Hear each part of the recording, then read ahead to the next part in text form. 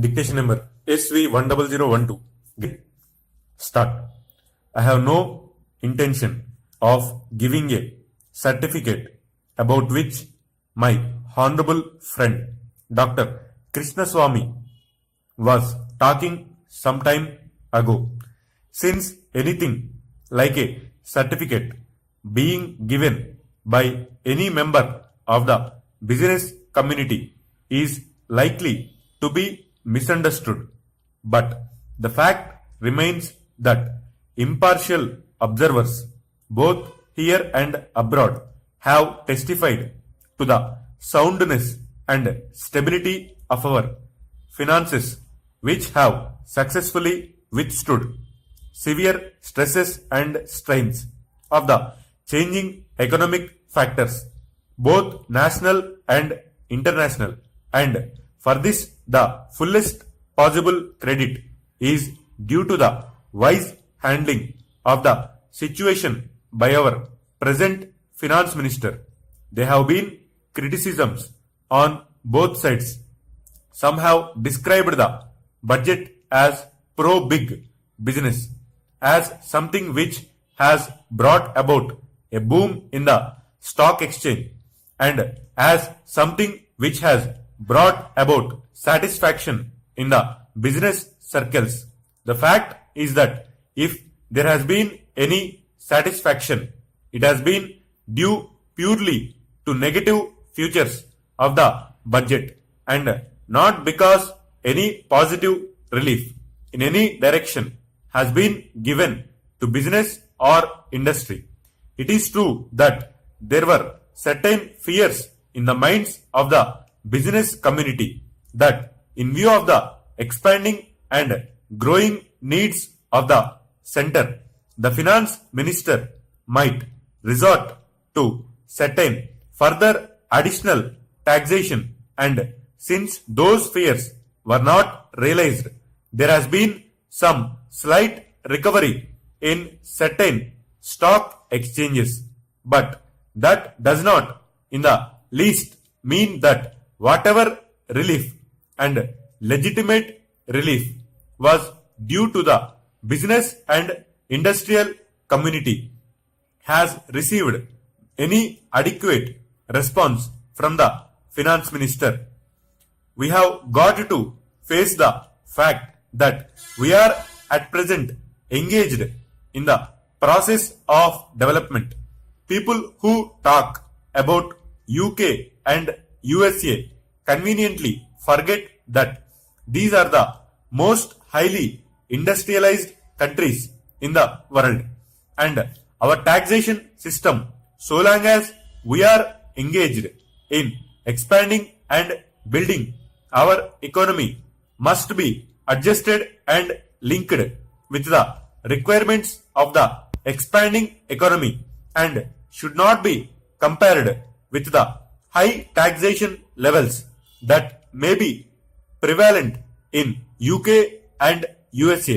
Friends have talked about unemployment, but whether the raising of the direct taxation levels will in any way mitigate unemployment is a question that should be considered. If the finance minister gives substantial relief in direct taxation, I think that might lead to an acceleration in the pace of development. So it has to be considered whether it is relief in taxation which will lead to a reduction of unemployment, or whether it is raising of taxation to the utmost levels which will dry up the resources and channels of capital formation and thereby not only retard all further development but might also throw the functioning of present industries out of gear. So my submission is that when the taxation inquiry committee has been appointed, it is only logical to expect that no substantial changes in the taxation structure will be made until the findings of that expert committee are known until we know the incidence of taxation in the various sectors of our economy. Now, coming to the question of deficit financing, I am afraid that my esteemed friend's attitude was somewhat different from the line of opinion in the business and industrial community. Not that we advocate deficit financing for bringing any artificial rise in prices, but the fact is that those who have criticized deficit financing have not suggested any other alternative or made any other constructive suggestion which will bring about necessary development plans. After all, the fact has got to be faced that whatever program we have set out in the national plan should go on unimpeded by any financial considerations. An assurance has been given by the finance minister that so far as financial resources are concerned, he will ensure that the 5-year plan will not in any way be retarded.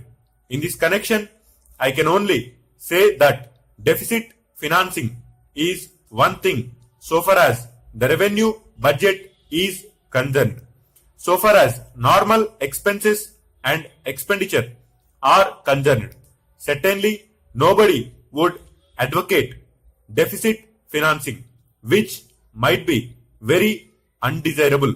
But when it is a question of doing something abnormal, of investing something in productive channels, then certainly some risk has got to be taken, and I think the finance minister has been fully cautious in taking whatever measures he has so far.